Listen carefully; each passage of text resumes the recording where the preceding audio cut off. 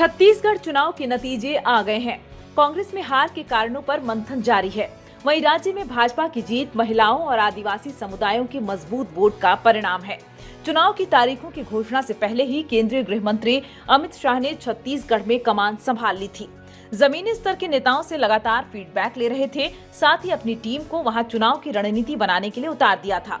उनकी टीम ने 10 दिन में 53 लाख फॉर्म भरवाकर भूपेश बघेल का खेला कर दिया है।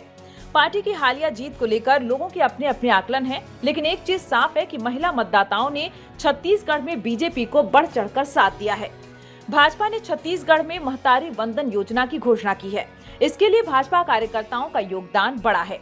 10 दिनों की मेहनत कर 53 लाख फॉर्म भरवाया है। इस फॉर्म से ही छत्तीसगढ़ में भूपेश बघेल का खेला हो गया है। बीजेपी के वरिष्ठ नेता ने एक अंग्रेजी अखबार से बात करते हुए कहा कि हमारे पास इस योजना को लेकर मतदाताओं तक पहुंचने के लिए बहुत कम वक्त था। हमें अपने सर्वे में पता चला कि महतारी वंदन योजना की गूंज महिलाओं में है, जैसे मध्य प्रदेश में लाडली बहना योजना का असर है। राज्य में बीजेपी के चुनाव प्रभारी और केंद्रीय मंत्री मनसुख मांडविया ने भविष्य के लाभार्थियों से फॉर्म भरने के लिए पार्टी के मंडल अध्यक्षों को फोन किया। वहीं बीजेपी के एक पदाधिकारी ने कहा कि 7 नवंबर को छत्तीसगढ़ में पहले चरण की वोटिंग होनी थी। इससे पहले हमने फॉर्म भरवाना शुरू किया। 15 नवंबर तक 53 लाख फॉर्म भरवा लिए। सिर्फ फॉर्म ही नहीं भरवाए, भविष्य के उन लाभार्थियों के फोन नंबर भी लिए और उन्हें फोन कर महतारी वंदन योजना के फायदे बताए।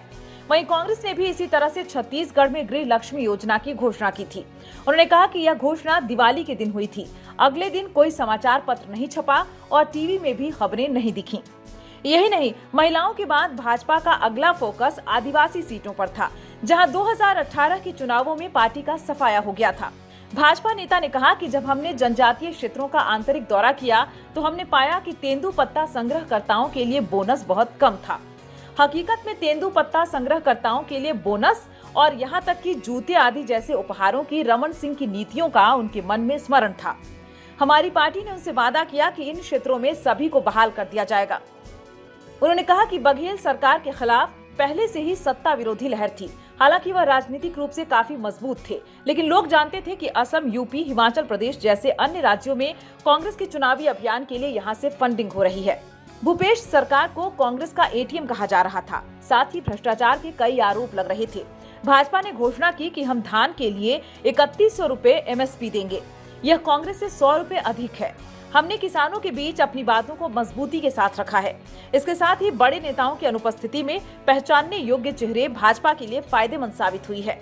पार्टी की नीति थी कि इनमें से कोई भी मुख्यमंत्री बन सकता है। पार्टी कार्यकर्ताओं ने बिना किसी गुटबाजी के अपनी ताकत को एकजुट किया।